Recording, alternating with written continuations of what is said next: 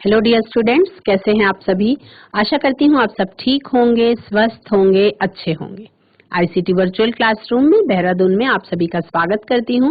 मेरा नाम समता है। जैसा कि आप सभी जानते हैं बच्चों, क्लास 8th में आपका चैप्टर का कॉन्सेप्ट हम कंप्लीट कर चुके हैं। चैप्टर नंबर 7 था आपका वनस्पतियों और जंतुओं का संरक्षण, conservation of plants and animals. इस चैप्टर में आपने ये जाना कि किस तरह से वनों के कटने से, जंगलों के कटाई से हम लोगों को क्या नुकसान है और किस तरह से हम डिफॉरेस्टेशन को या डिफॉरेस्टेशन के होने वाले प्रभावों को कंट्रोल कर सकते हैं, रोक सकते हैं।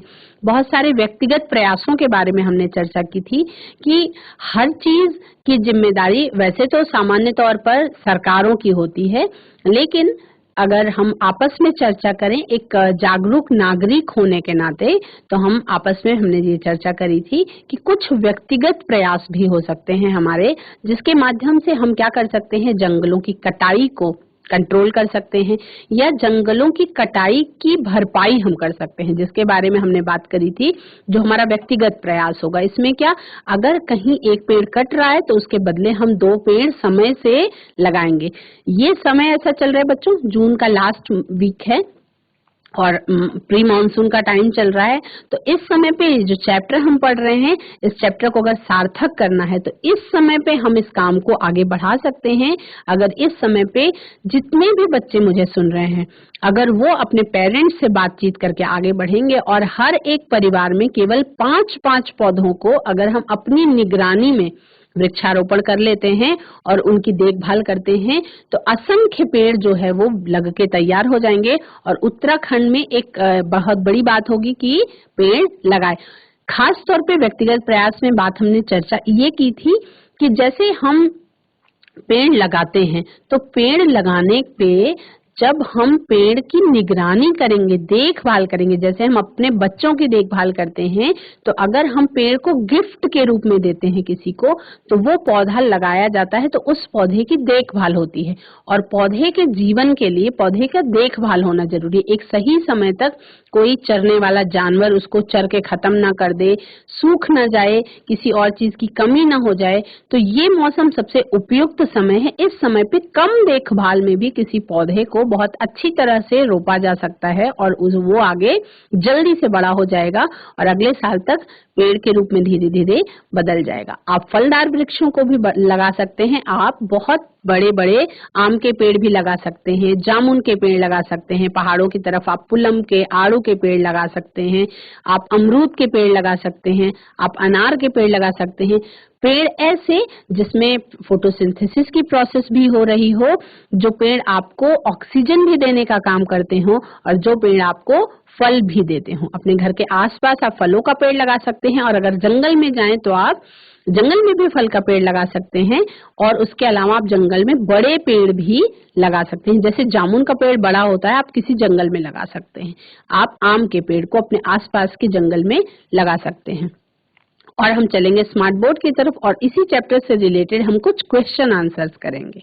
बच्चों, प्रश्न संख्या 3 है, जिसके बारे में हम बात करेंगे कि वनोन्मूलन का निम्न पर क्या प्रभाव पड़ता है। यानी कि वनोन्मूलन का मतलब क्या, जब पेड़ कट रहे हों और एक जगह से बिल्कुल ही पेड़ गायब हो जाए, तो उसे हम वनोन्मूलन कहते हैं।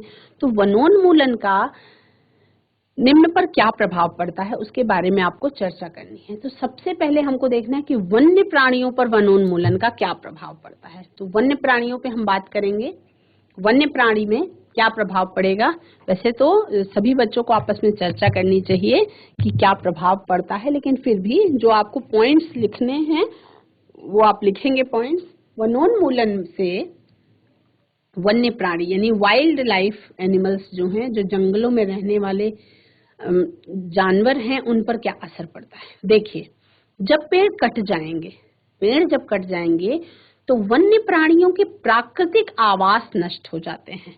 यानी कि जो उनका नेचुरल हैबिटेट है, जो उनका प्राकृतिक आवास है, जिसको कहते हैं हम उनका प्राकृतिक घर है, जो वो नष्ट हो जाता है। पेड़ कट जाते हैं। अब जैसे बंदरों की हम बात करें, तो यदि पेड़ कट जाते हैं बच्चों, तो बंदरों का प्राकृतिक आवास क्या है, पेड़ों पर ही रहता है ना, तो जब पेड़ कट जाते हैं तो बंदर कहाँ रहेगा, तो उसका प्राकृतिक आवास नष्ट हो जाता है।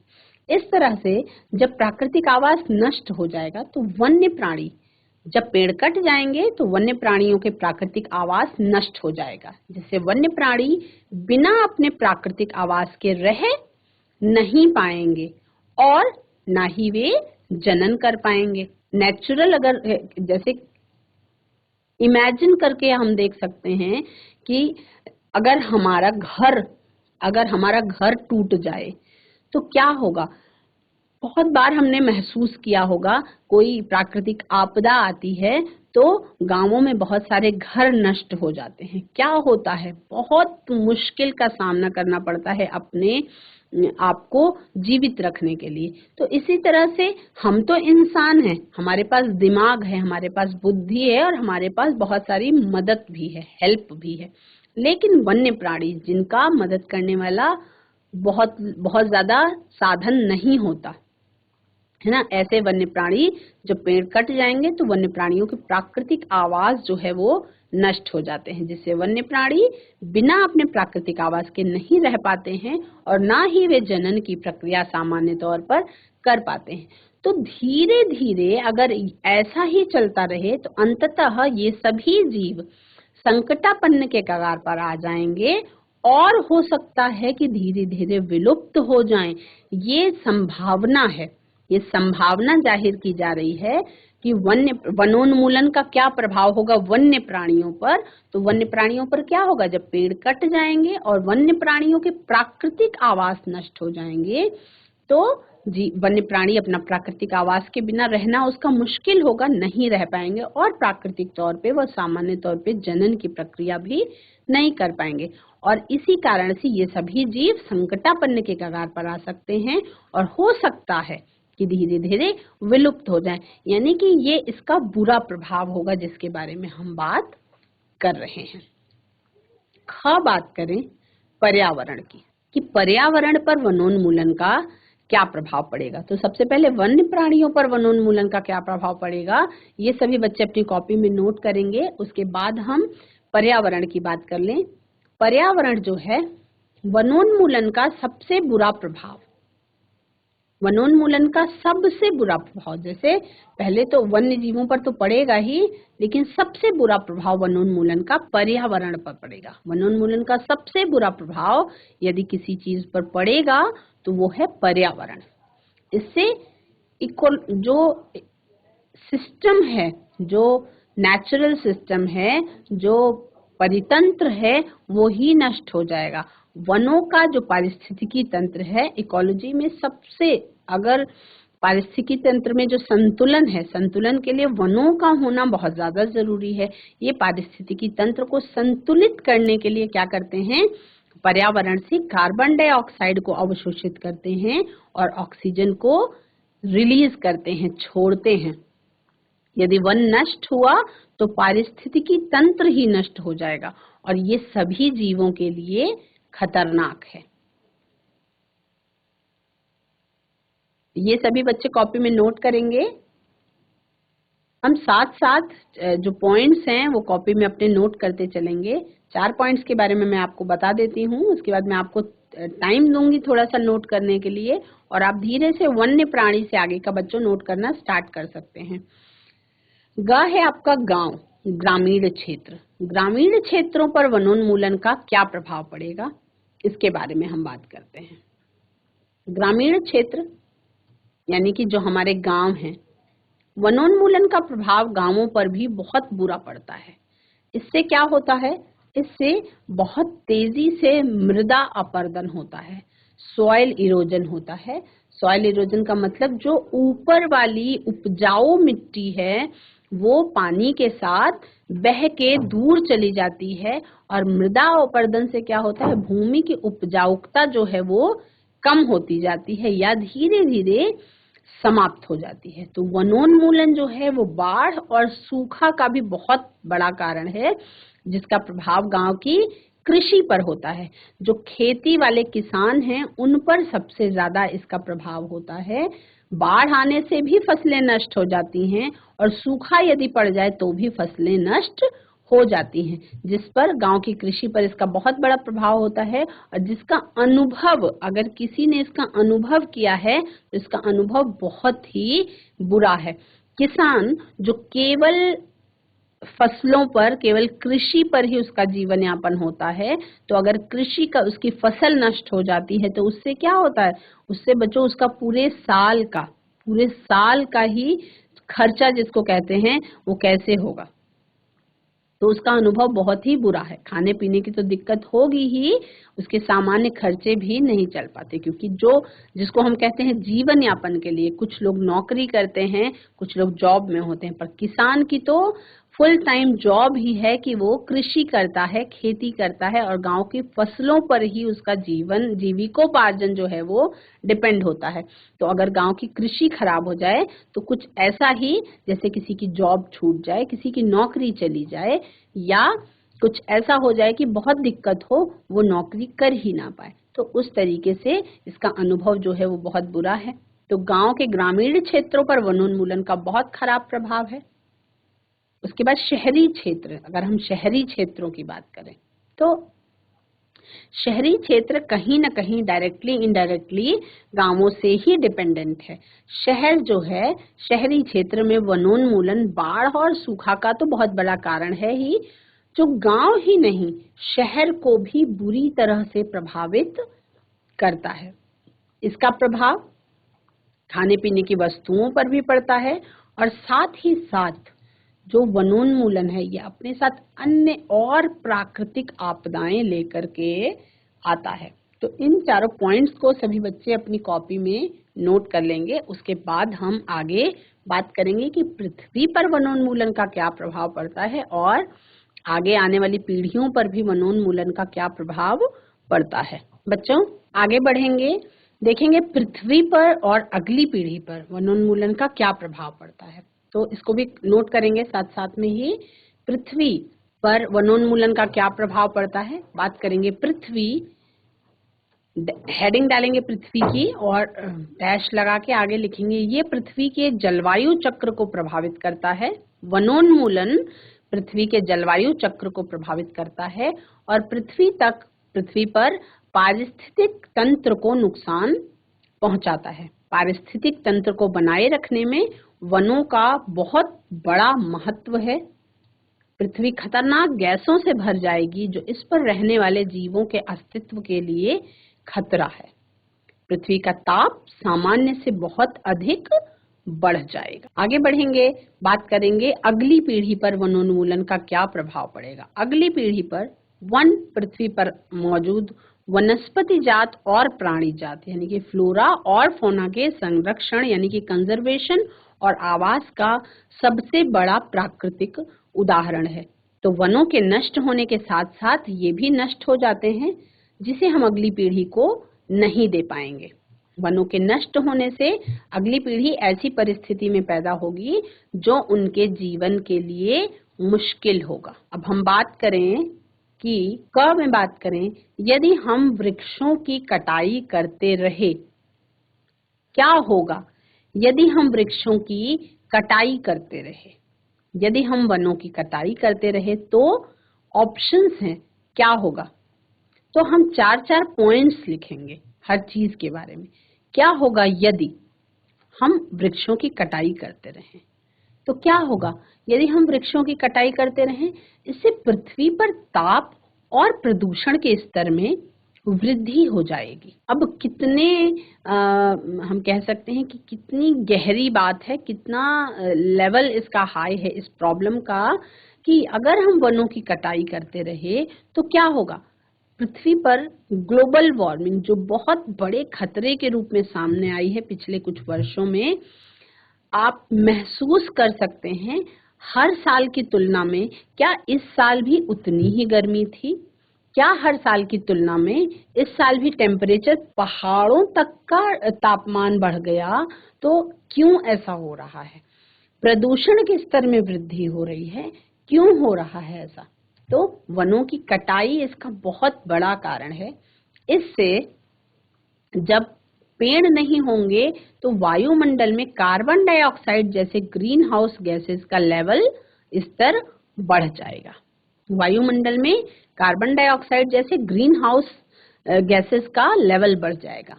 और क्या होगा, अब ये केवल बच्चों को लिखने के लिए है, लेकिन ये समस्या किस हद तक ज्यादा है ये आप एक बार चिंतन मनन कर सकते हैं। आपको खुद समझ में आएगा कि ये जो प्रॉब्लम है, ये जो परेशानी है, ये जो समस्या है, ये छोटी नहीं, बहुत बड़ी समस्या है।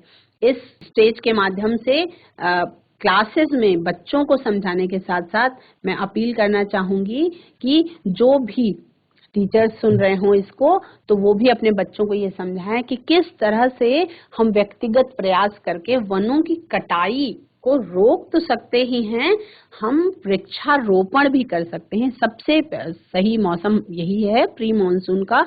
इस समय पे अगर हम पेड़ लगाएंगे तो उसकी देखभाल से उसको जल्दी से बड़ा कर पाएंगे।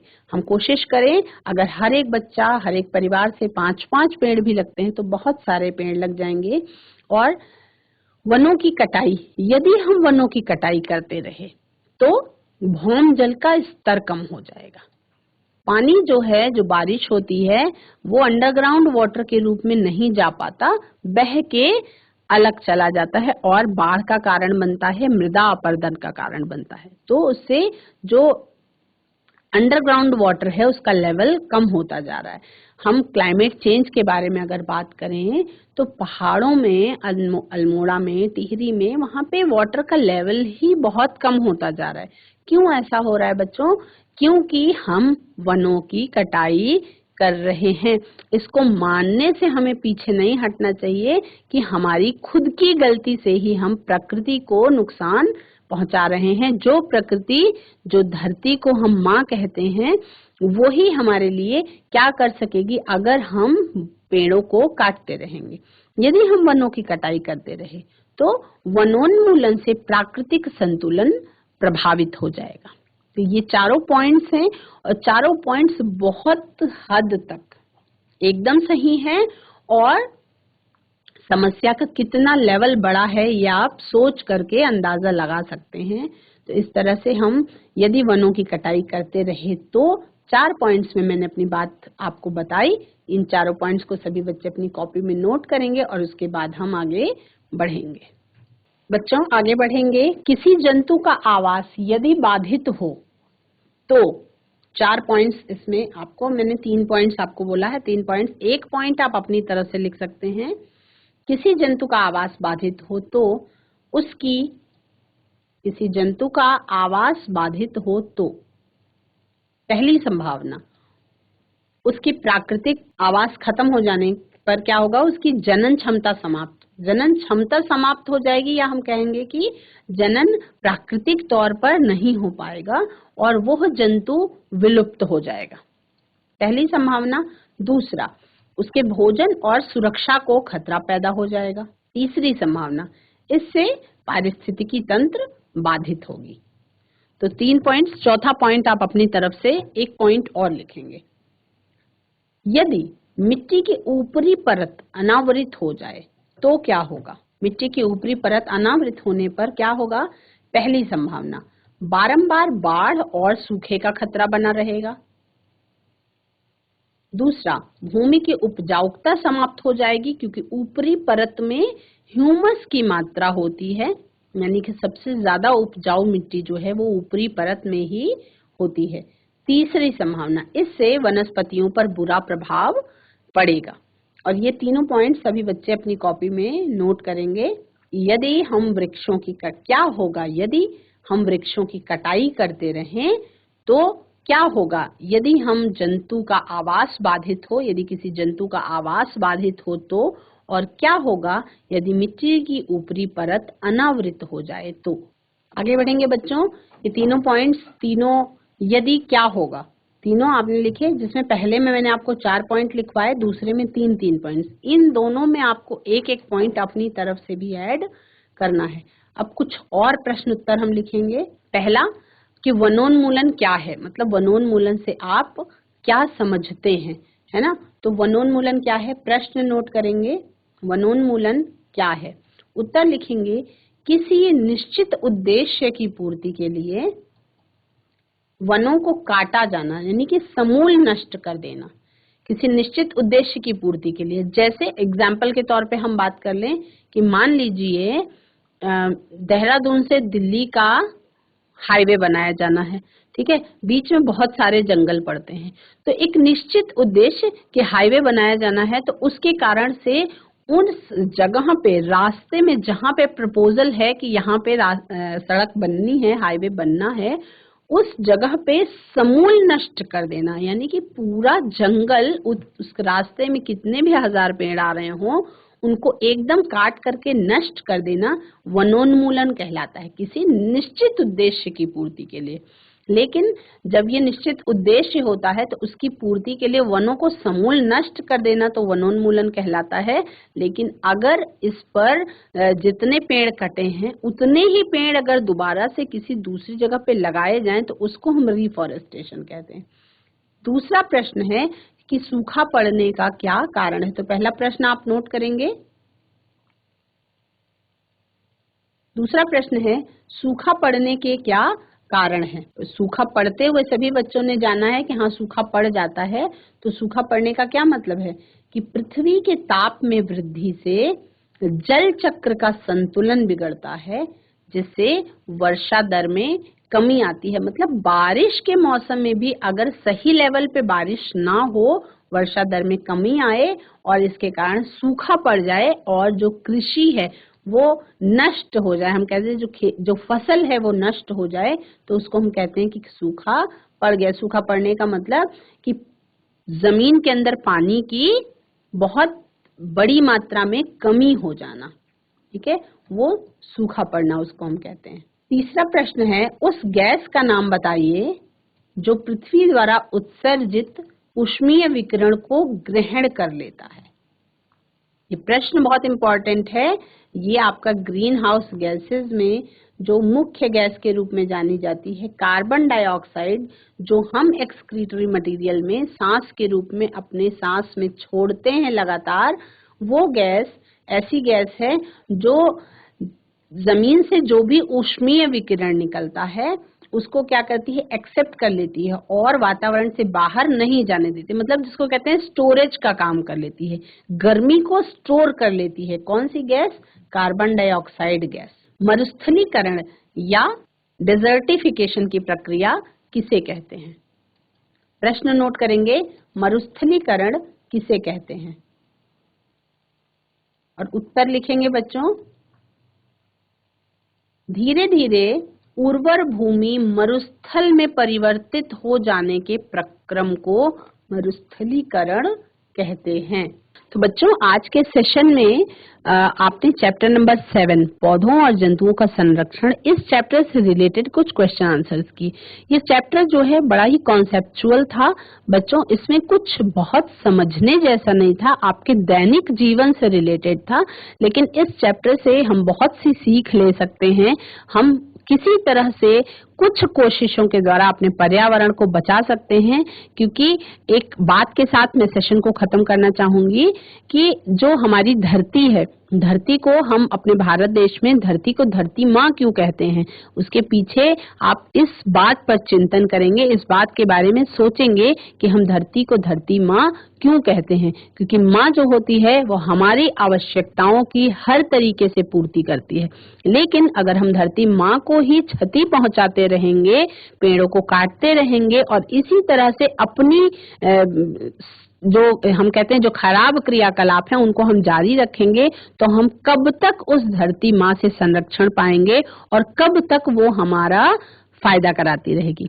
आज की क्लास में इसी बात के साथ इस सेशन को खत्म करती हूँ। धन्यवाद आप सभी का इस सेशन को अटेंड करने के लिए, और क्वेश्चन आंसर्स को अपनी कॉपी में नोट करेंगे। अगले कुछ सेशन में हम इसी चैप्टर के क्वेश्चन आंसर्स को और आगे कंटिन्यू करेंगे। आज की क्लास में इतना ही।